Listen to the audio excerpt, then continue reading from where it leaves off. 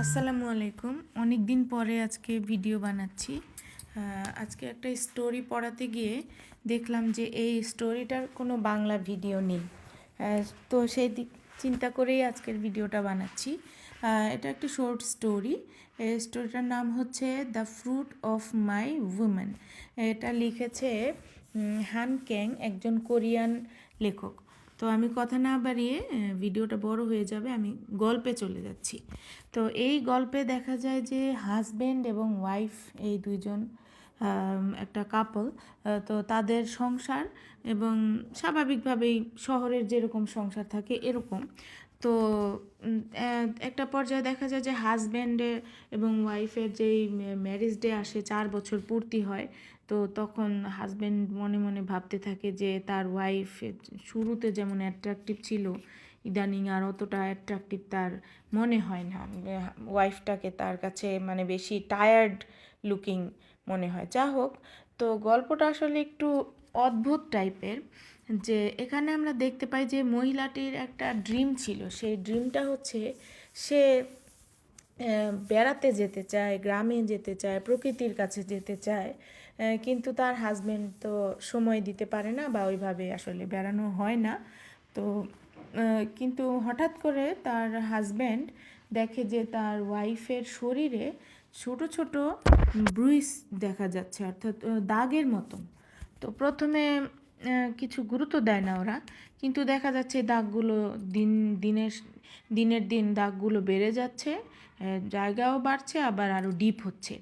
তো ওরা কয়েকবার ডাক্তার দেখায়। ডাক্তার বলে যে কোনো অসুখ নাই এবং এগুলোতে কোনো ব্যথাও নাই, কোনো সমস্যা নেই।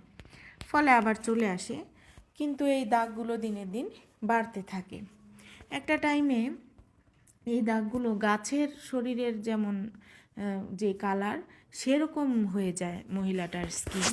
তো হাজব্যান্ড বিজনেস পারপাসে একটা বিজনেস ট্রিপে যায়।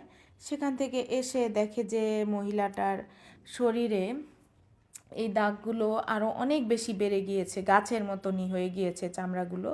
তো আর দেখতে পাচ্ছে যে মহিলাটি বারান্দায় বসে রয়েছে টবের পাশে। ও এই ফাঁকে বলে নিই, ওদের বারান্দায় আরও অনেক গাছ ছিল, সেগুলো ইতিমধ্যে মরে গেছে। তো অনেকে বলে যে এটা হয়তো ওরা অনেক হাই রাইজ বিল্ডিংয়ে থাকে, অনেক উপরে থাকে, সেই কারণে হয়তো অক্সিজেন কম পায়। এটা এক একজন এক এক কথা বলে।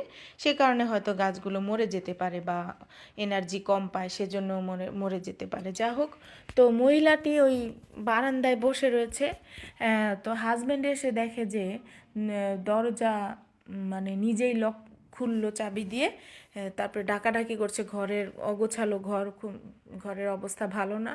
তো তার ওয়াইফকে ডাকছে, কিন্তু জব নিচ্ছে না। পরে বারান্দায় গিয়ে দেখে যে ওর ওয়াইফ বারান্দায় বসে রয়েছে এবং তার শরীরে গাছের মতন শাখা পোশাখা, এরপরে পাতা, শিকড়, এবং ওরকম পুরো শরীরই ওরকম দাগে দাগে ভরে গেছে, গাছের মতো কালার হয়ে গেছে।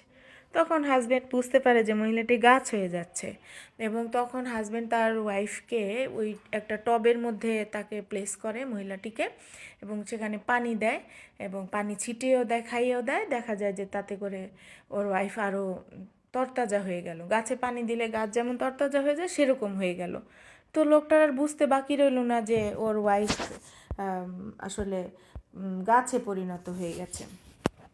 তো যাই হোক, একটা পর্যায়ে দেখা যায় যে ওই গাছটার ফল হচ্ছে, ওই তার ওয়াইফ যে গাছে পরিণত হলো সেই গাছে ফল ধরেছে, এবং ওই হাজব্যান্ড শেষের দিকে সেই ফলগুলো সংগ্রহ করে এবং আরও ডজনখানেক টব নিয়ে এসে ওই ফলের বীজগুলোকে টবে লাগায়, এবং টবে লাগিয়ে সে আশা করে যে এই বীজগুলো থেকে আবার গাছ হবে।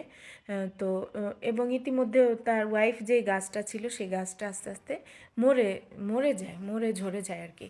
তখন ওর হাজব্যান্ড আশা করে যে এই বীজগুলো থেকে তো আবার গাছ হতে পারে, তখন হয়তো সে তার ওয়াইফের কিছুটা চিহ্ন সে পাবে।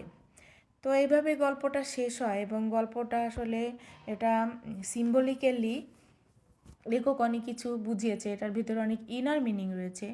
যেমন আমরা দেখতে পাই যে এখানে আসলে অনেক মেটাফোর এবং অনেক ইমোশনাল স্ট্রেঞ্জমেন্ট রয়েছে। যেমন the pressure of modern life, এই গল্পে কিন্তু মডার্ন লাইফের যে চাপ, সেটা দেখানো হয়েছে।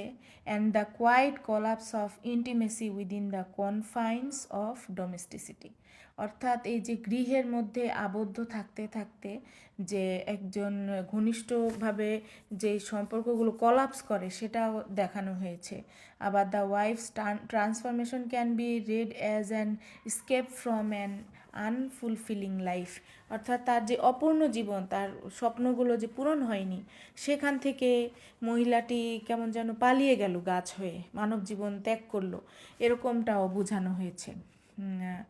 এছাড়াও মহিলাটির যে ইয়ার্নিং ফর ফ্রিডম, তার যে স্বাধীন হবার যে আকাঙ্ক্ষা, সেটাও এখানে প্রতিফলিত হয়েছে। আবার কানেকশন উইথ নেচার, এটাও দেখানো হয়েছে যে সে নিজেই প্রকৃতি হয়ে গেল। তো আসলে এই মহিলাটির গাছ হয়ে যাওয়া, এটা উপর দিয়ে এই অদ্ভুত কাহিনীর মাধ্যমেই লেখক অনেক ইনার মিনিং দেখিয়েছেন, এবং শেষের দিকে যে তার হাজবেন্ড যে ফলগুলো সংগ্রহ করলো, এটা দিয়েও আসলে হয়তো লেখক বোঝাতে চাইছেন যে তার যে ভবিষ্যতে যে একটা আশা সেটা ফুটে উঠেছে, বা তার ওয়াইফের প্রতি তার যে একটা অ্যাট্রাকশন সেটাও ফুটে উঠেছে। তো আজকে এ পর্যন্তই, পরবর্তীতে অন্য কোনো ভিডিও নিয়ে চলে আসব।